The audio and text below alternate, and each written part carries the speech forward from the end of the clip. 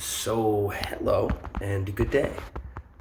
Baker Mayfield is a Tampa Bay Buccaneer.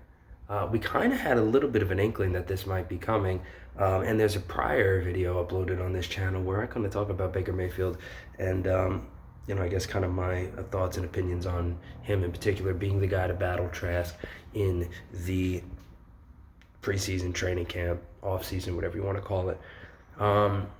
I've kind of come around a little bit on it more since then. Originally, I talked about how I think Baker might not be the best fit to be that guy. Since then, I have thought it through a lot. Obviously, I've had a lot of time to kind of process it, and I think that it might be a little bit better than I originally thought from two main points. Number one is Baker Mayfield, I think we can all agree, he's not a bad player. He's not a good player, right? He is somewhere in the middle, and he's not really even average, right? Maybe he's even a little bit better than average. He's a decent player at the quarterback position. So it puts Trask in a situation where if Trask were to beat him out, then you know that he is legitimate, right? There would be no taking it away from him, really no arguing it. Like, that's legitimate competition. It's fair, and it's a situation where, okay, if you beat him, you're for real. On the flip side, if you can't beat Baker Mayfield, we know what Baker Mayfield is. If you can't beat Baker Mayfield, then you're probably not the guy, right? Because Baker Mayfield, and I do think Baker Mayfield will probably beat out Trask. I think it'd be hard for Trask to beat out Baker, but if he does, it cements him in his status as a reputable starter.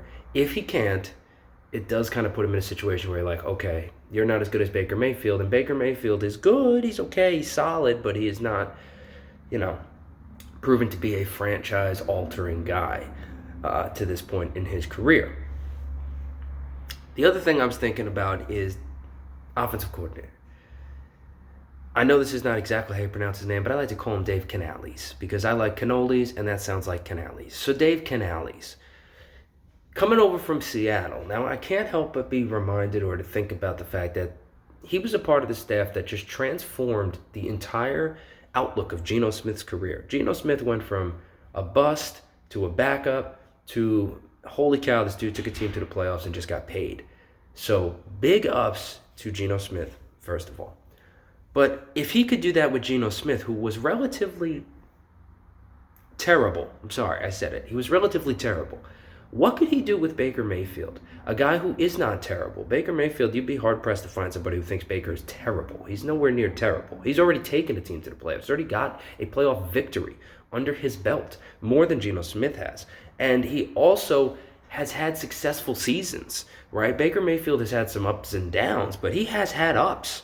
He's been up there at times. So I think Baker's going to beat Trask. But additionally, if he does, originally I was really down on that concept or the concept of that happening. But that might not be the worst thing, because Baker Mayfield, if Geno Smith could do what Geno Smith could do in this offense, Baker Mayfield in this offense with the weapons that the Tampa Bay Buccaneers have, might be able to cause some havoc for the NFC. So I'm sure we'll be talking about this a bunch. It's an interesting story. No doubt it's going to remain an interesting story as it unfolds. But Baker Mayfield to the Bucs, that's happening, and I kind of like it. I originally didn't, but it has grown on me pretty quickly. So have a good one. Enjoy your day.